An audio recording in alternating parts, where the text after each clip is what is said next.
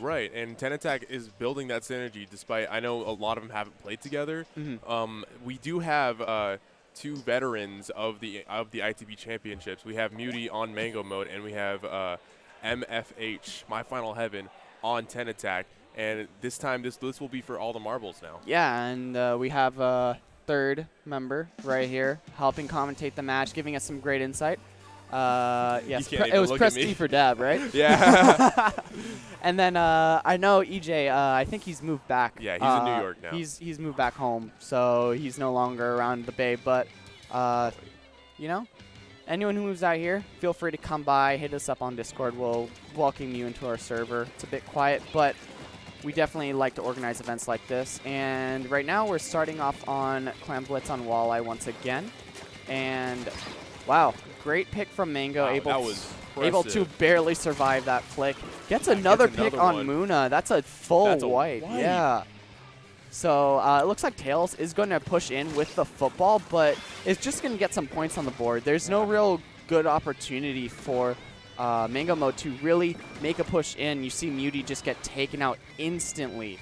And Austin gets picked out as well, so it's gonna. I think Mango mode is really, they're not playing around anymore. They dropped this the game that we weren't able to see on stream. Yeah. To TentAttack, and I think they realize what they're dealing with, and they're not getting cute with this team at all. Yeah, and they already have 2 power clams built up, and Mango that was really smart actually with the Booyah Bomb. Dueling Booyahs. Yeah, but they still have 2 power clams, so.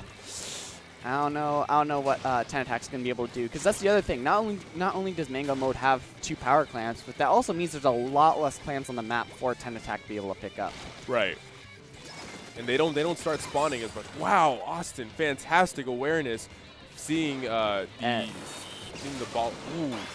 They have 3 power clams. They're going to get all 3 of them in. Yeah, they missed one of them, but they were able to get all 3 of them in. It looks like Muty does get taken out, but all the way down to 15. This is a bit of a dominating fashion so far. However, Rob is getting in good position, so if he's able to kind of get maybe a pick or so, they can get these couple of clam jumps in, but it looks like he's going back to mid, opting to try and find a good spot to use those missiles. Oh, and he gets found out immediately by Mango. They do have 3 power clams on TentAttack. I think they're trying to return the favor. There's the Booyah Bombs coming out. But you see MFH there be very cautious with how he's going to handle that. Yeah. And then he gets double teamed immediately. Yeah, he tried to pick out Mango, but he was already swimming away from him. And Mango gets a sick double. It's going to put this Booyah Bomb way back where the Stingray is, try and pressure them out. Stingray's not able to finish up and get the splat onto Mango, so it's going to give a great opportunity for Mango mode to really just solidify this and get another big push in with these 2 power clams. No, neat little trade there from MFH and Mango.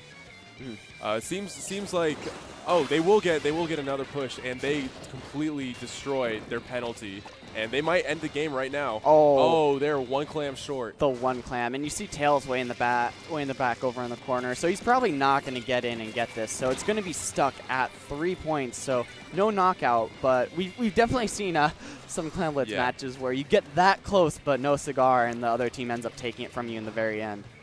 Yeah, and you just saw how the pro is so powerful with that splat bomb as an option as well. And they will get even another power clam in. Someone jumping in, Muty jumping in. She does not get the 3 clams necessary for the win. But if they get 1 more power clam, I believe they will end the game. Yeah, 1 more power clam dunk is going to get the win for them. But we do have TentAttack with the 3 power clams now and a Booyah Bomb coming in to clear some space. Looks like they're going to have a great opportunity to be able to make this push. And they just, frankly, they just need to get someone to jump to at this point. Because a good 60-point push like that is going to get them at least back in the game. And they have another minute to be able to get in. This is where that double baller comp could come in handy. They only have 1 coming from MFH. And I don't know if he's been able to actually use it to the way that they want to use it. Yeah, and really like... Wow, Mango with the quick double. Yeah. And that's, misses it by a hair. Yeah, he wasn't far enough up that little extra ramp to get the good shot in, so he shouted Kobe for accuracy, but he didn't shout yeet for distance. Yeah. Looks like right now Tails is just kind of hanging out, trying to distract the other team with some fancy dance moves, and allow Muty to get the picks with the Stingray. There's your favorite weapon, the custom jet sculpture. Such an underrated kit right there. I don't think it's underrated. I just think that everyone just sees the Charger with the one-hit kill potential and is like, Charger's better. But the Jet really has it's more mobile jump. and it's yeah.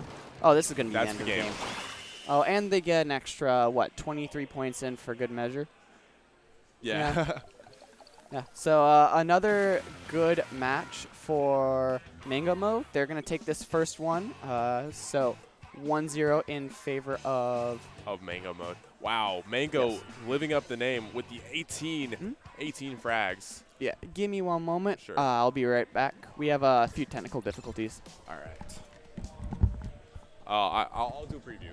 I'm going to be doing a preview for the next map and mode while Hermes tries and does TO stuff while he figures out. I think what's going on is there's a headset issue on the side of TentAttack, so I think they're going to try and figure this out. This is a little common when we're dealing with LANs. It's unfortunate, but there's no way really avoiding it. It's hardware issues. Unfortunately, we can't really all be used to the headsets and the setups that we have at our home when we use online tournaments. But upcoming now, we have tower control on Snapper. We have played Snapper earlier today. I think we were only doing zone Snapper, so this is a much more mobile tower, and there are drop-offs where the tower goes over the water, and you just really have to be a little careful about riding tower here because you're very vulnerable. I think there's three checkpoints. It's a little bit of a snaking path, and it could become dominating very quickly. I'm expecting the teams to pretty much stay with the same special composition. I kind of expect Muty to bring out her Charger, but I wouldn't be surprised if she brings out Explosher as well. I'm pretty curious to see how TentAttack comes back from this. Vanessa's probably going to stick with the Dynamo. MFH will probably stick with, I think he's going to end up going Sloshing Machine.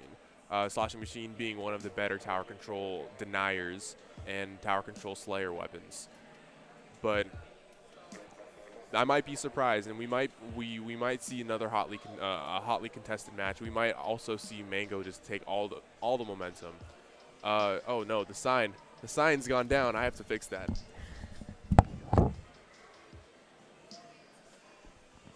What a homie.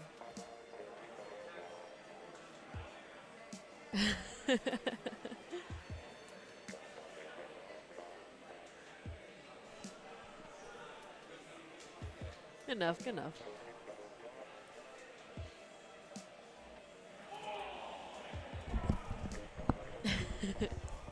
Very nice. Wow, what a nice guy. I wish there was a better way to do this whole, like, TeamSpeak thing. Yeah, there's really, unless we all want to boot up the Switch Online app and use our phone headsets. Oh, that would be bad. Yeah, especially being so close to each other, you're just so much yelling and delay or echoing. All right, so shout out to this shirt is the only piece of Splatoon merchandise that I wear. It's not actually Splatoon merchandise. It's a team shirt made from my first Splatoon team. Shout out to Rose, AM Rose on Splatoon. I forget her. I think that's her Discord name too. My first team, Haley's Comets. They're my first intro to competitive, and they're still the only piece of Splatoon wear that I actually own. The logo is really well designed. It's a squid that is. Can you actually like stand up and get closer? Because I think it needs to like autofocus. Yeah. Okay. Okay. Cool. There you go. There you go. It's a squid that's acting as a comet. I just really love this shirt too. All right, we got things figured out. Okay, so real talk. Not having equipment you're used to, not the best. We've had these Astro headsets for very long, and it's just bad. Yeah, these headsets have been causing issues with in the past for the folks over here at ESA. So we know for next time to try and get some new stuff and provide our players with much better equipment. than what we've unfortunately been able to provide today. And I think we will next time. I think we'll look into good options to be able to make sure everyone can communicate, because this game is so much about the communication. Right. Like, yes, solo queue, all that good stuff. We don't really have many options to talk with our other teammates. We just have booyah, ouch, and whatever else we have this way. But here and on Discord and leagues and in our tournament matches, we have the option and the opportunity to be able to speak and talk with the folks around us and playing with us, and that allows us to coordinate strategies and all of these other important things that make this game fun to play, fun to watch, etc. And I feel really bad about not being able to provide the kind of equipment that's needed. So I'm happy that the folks here are making do with what we got and are going to be taking this on to round 2. So I do call out Muty going with Splatterscope. We are going to have Splatterscope Wars today. Beautiful. Absolutely beautiful. And it looks like besides the Splatterscope, Mango Mode is going with exclusively shooters, and TentAttack is going exclusively no shooters. So interesting team comps from both teams. And Tails does get that early pick on a helpless sloshing machine. Yeah, unfortunate ink management there. You can see some dry heaves out there. Yeah. However, the Booyah Bomb does come in right on top of the checkpoint, so it's going to force Muty off the tower. No one gets taken out by it. And it looks like more pressure is going down, but Mango Mode is just continuing to get picks and being able to put a ton of pressure. Muty with this Stingray is probably going to try and get someone over by the spawn of TentAttack. So that way they can just add even more free points. Good jump out, though, by TentAttack, as Muty seems to be looking for someone near spawn or the person trying to come up and attack her. Yeah, Muty's not messing around. If she jumps to spawn, she doesn't care. She's going to still try and kill you. Yeah. Oh, there's that splashdown snipe. Good news about splashdowns, though, you actually do keep most of your special if you get killed while activating it. Yes, that is nice. At least it gives you a good reason to activate it, rather than to activate it, die, and then completely lose it. So now you're more free to activate it, so you can at least keep a little bit more of it before you die and then have to go back to spawn. I think Mango's really taking advantage of the lack of shooters on this team. Having a great matchup against the entire team except for potentially the Splatterscope.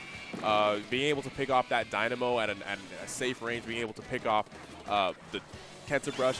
I do hope to see the Kensa Brush pull out a stamp at some point. In fact, I'm going to turn off the spectator and the auto spectate. See what Rob can do with that hammer if they're able to get it. It's not happening. No. My dream is dead. Everything I know is a lie. Yeah. However, push does look like it ends at 9, and we are getting some paint on the ground for TentAttack. The map's looking a little bit more green. However, tower has a long way back to mid. I don't know if they're going to...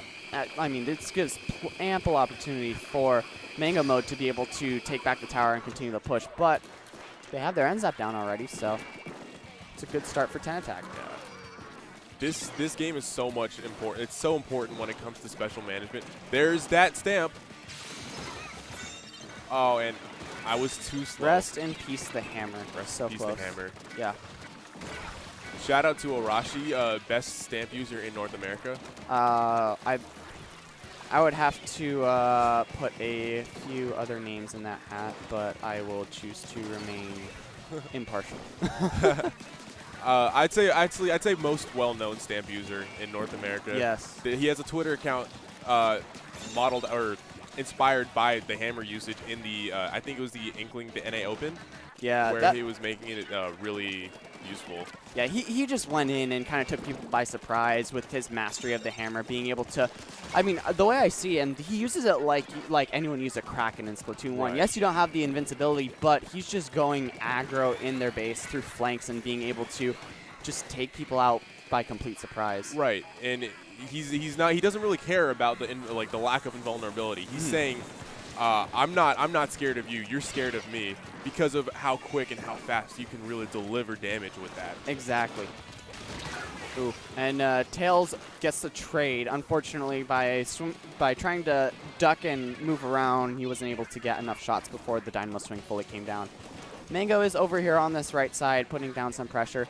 There really has not been a good opportunity for TentAttack to push. Mango Mode has always just had at least 1 or 2 people putting down some paint, playing some defense, and preventing anyone from pushing. There's that hammer, and it's gone.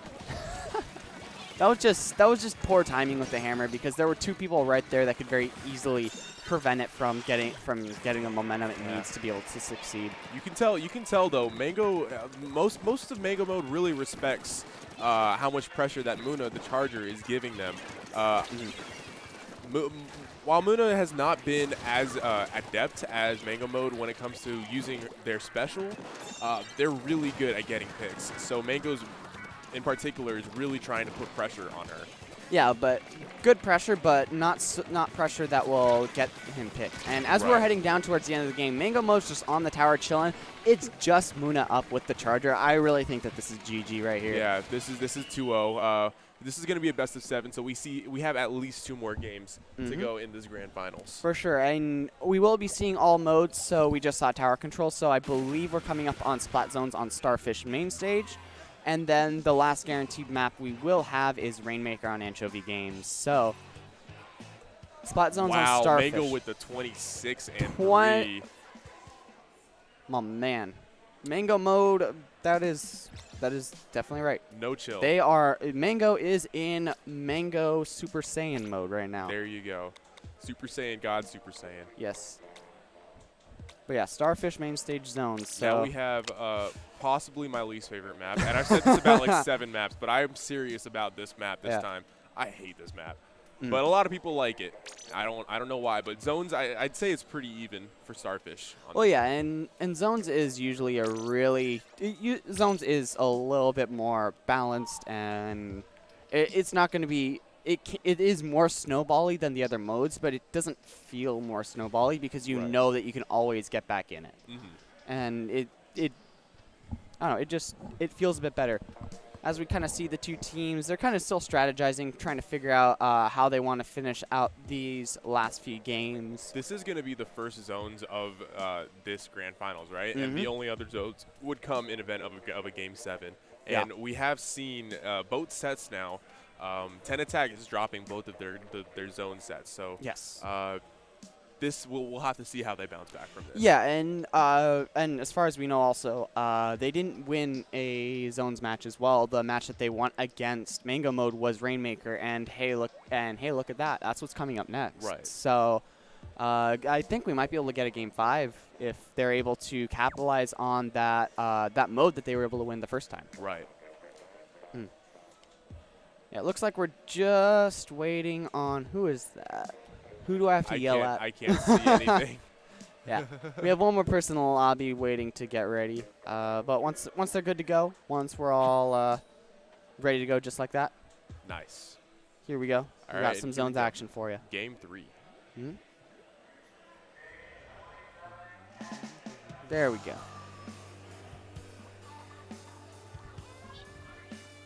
I forget how small this zone is. It's quite a bit smaller than it was when it initially came out. So you see one change in TentAttack, MFH going True Flex, going Splatty Jr. now. And this is the first time we've seen the Cherry H3 this entire thing. I think that's Muty on the Cherry H3. Yeah, both of these teams are actually opting to go with a they're both opting to go with an armor, even though neither team's run an armor yet. Right. So is there a particular reason why you think they would pop the armor on a Splat Zones map, or is it maybe a map-specific thing, like they think the armor's really important on this specific map? Well, if I remember correctly. Oh yeah, I think Austin's been on the NZAP the whole time. Yeah, right. You're right. But like, I think that's his main. Yeah. Yeah, but why armor here? What do you think really kind of sets it apart on this specific map and mode? I think people just love that chip damage, and armor protects against it.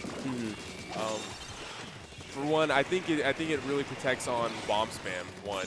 Yes. So like bomb spam is really huge for Zad's platform because it's a mode where the entire point of the game is to shut someone out, right? But you still have to shut someone out within this area, and bombs exactly is how you get out of that shutdown area. I think it's honestly a matter of Starfish itself being such a heavy bomb spam map. You see all these flat bombs, these subject bombs coming out. Well, yeah, because the mid is so congested, and you throw a bomb in the middle of mid, and you're going to affect a lot of people on both sides, and maybe not get someone fully off of mid, but it's going to give you a lot more opportunity to paint the zone and kind of roam around. We do see Austin just a few seconds ago got a good pick, kind of cleaning up that center area, though looks like Rob out of nowhere decides to just come in and get a pick. Yeah, I did not have the auto spectate on. That's my bad. It looks like, oh, that was really, there we go. They get the cap finally. Wow. Yeah, really easy zone to paint, it looks like. They're going back and forth, and this is going to be an instant cap for Mango Mode. So they're continuing to pull ahead. It's, yes, they keep on getting a penalty, but they're consistently able to push back in and be able to, they never end up really giving much ground to TentAttack. And Mango, of course, gets a pick on the Charger with the solid flank and some Mango continues going Mango mode. Like he has been player of the game, of the set, this entire set. He had 18 in the first game, 26 in the second, and I don't even know if he has to go even more, but he just wants to. He's doing whatever he wants here. Yeah, he's trying to sneak around and find some people out of position, trying to get some picks, but really his team is doing such a good job of pushing back TentAttack that they're not really, like, there's no need to flank because they're not even in a flankable position. There you see Vanessa getting a pick. Maybe they can take back the zone, but you see the counter bubble coming out. Oh, they aren't able to get it. No, wow, they're not. Masterful special play by Mango Mode there. Yeah, and with that, Mango Mode takes a commanding 3-0 lead in this set. In this best of 7, but we do see TentAttack's best mode coming out right now. You okay? I was about to sneeze straight in the mic, and I did not want you guys to hear that. All right, but yeah, as we said, best mode. We got some Rainmaker action coming up for you on Anchovy Games. And Rainmaker Anchovy is the one thing they changed about Anchovy. It used to be crazy stupid in Splat 1. Yeah. Now it's not as, but They were honestly, it was one of my favorite things because it was so jank. Like it was like Starfish Rainmaker, or not Starfish, Salt Spray Rainmaker back in the day. It was just that crazy, that jank. Yeah. Well, yeah, and I mean, yeah, you want to have some good, fun, fair game types, but also at the end of the day, like, this game's fun. Like, it's fun as heck. Like, that's why we play it. So, like, who cares? Janky mode does some weird stuff. Like, that makes it more fun. Makes it more interesting. Well, yeah. Do we get a clean 4-0 in this grand finals, or are we going to go at least a little bit extra distance, and is TentAttack going to get another win? I hope they pull out all the stops right now, and we are able to extend this because I'm loving commentating right now. Yeah, this is pretty fun, and I mean, we're just finishing up. It's after this. I mean, it's not even like it's barely 5 o'clock over here on the Pacific Coast, so we still got quite a bit of time. I'm pretty sure a lot of folks are going to be hanging out here and just socializing them, just playing some random PBs and stuff like that afterwards. We want to have people kind of hang out and just enjoy the time around their other Squid Kids because we so rarely get to meet up. Right. Anyway, at the chat, at anyone viewing this, at people even looking at a previous stream or at like a past broadcast, if you're out here in the West Coast, please come out to these events. We'd love to have you. Yes, please do. Anyone in SoCal, hey, just hit us up on Discord. Like, you never know who you might be able to maybe – like, people could be willing to offer you a space to kind of like at least chill for the day or the night if you're making the whole track up. You got a lot of great friendly people out here that might be able to help you out if you want to come up to these, because I know in SoCal these events aren't as common. If you're coming up from elsewhere on the Pacific Coast, we want to have more of you guys up here. It's a great community here, and we're all just having fun. Also, if you like money, there was a hefty prize pool for the for Super Splat Bros back in December. Yes. The more we get to show out to these events, the more money. As we see TentAttack get a quick and early push up to 44, just sneaking behind Mango Mode there. Yeah, and do we see some cheeky weapon picks coming out from Mango Mode?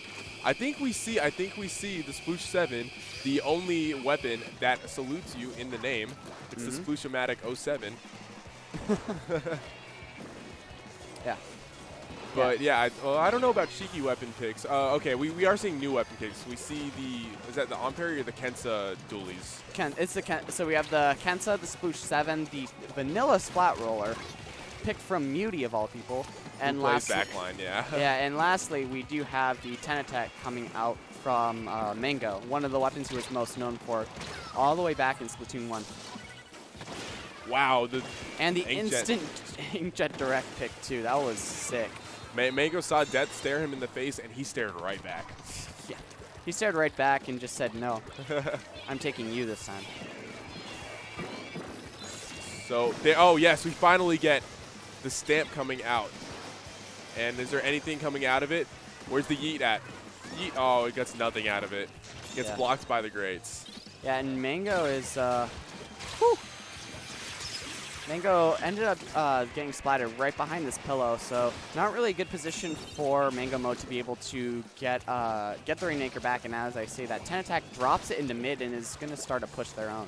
It's actually pretty close. Both teams are right around 40 points, one just below, one just above. So, right. Yeah. I mean, this still is anyone's game, and we got plenty of time left. There's a run. There's a run. Can they stop it in time? And they are able to stop it in time. Just barely. And you can see Muna, barely able to, Mango barely able to secure the kill on Muna, but Muna's dodging and weaving like a pro. Yes, and now we have Mango heading back to plat. That's only Muna left up, coming back from spawn, so effective wipe coming out from Mango Mode. They're going to push in, try and get some paint down, and let the Rainmaker reset. Oh, Muty's just sharking at this point. Major meeting. Yeah, she's kind of tired of just hanging out in the back. She wants to have some fun up front. Check out. So she is running that main power up, which means that she will be doing more damage, and she's chilling. All right, thank you, thank you. What's the term? Auto spectate for showing us this high-level gameplay here. Yes. And she finally gets taken out by that Stingray, which had her number the whole time. All right, I'm tired of auto spectate. I'm watching the stamp. There's a spectate. Yeah, the Sploosh 7. Yeah, but he got no stamp right now. That's true. All right, 53 though. We'll see it come on in a second. Yeah, and he's going for a flank, so he's going to build it up pretty quickly. It's the Sploosh paints like nothing else. So. And 98, 99. Here we go. There it is. Oh wow. Oh, that was a great counter to the stamp. And nothing comes of it. Yeah. Vanessa, that was masterful outplaying that stamp right there. Yeah, just knowing that you can counter a special with the special. Just go with the counter. It's easier than trying to outplay it any other way. Right. Oh, but Mango, with that Inkjet, is going to get now two. Yeah. Yes, Inkjet's out of the meta, but it's still good. I still wouldn't call it out of the meta. It's just not as centralizing as it used to be. Yeah. It's not up there with Stingray. There's the stamp again. And that's all 4 specials coming out from Mango Mode. And there's Tails getting all the way in. And it looks like Austin right now is just kind of swimming forward, trying to get a safe path, and his teammates are providing a pretty safe one, but they just keep on poking right through, and he doesn't have a tournament dunk. Tournament dunk. That's it. GG's. Congrats to Mango Mode for taking the victory here. Awesome job, guys, and great match to TentAttack. I don't know. It's been fun to watch them, especially a team that I don't know of at all, and come out and take some names. You know, right. Put on a good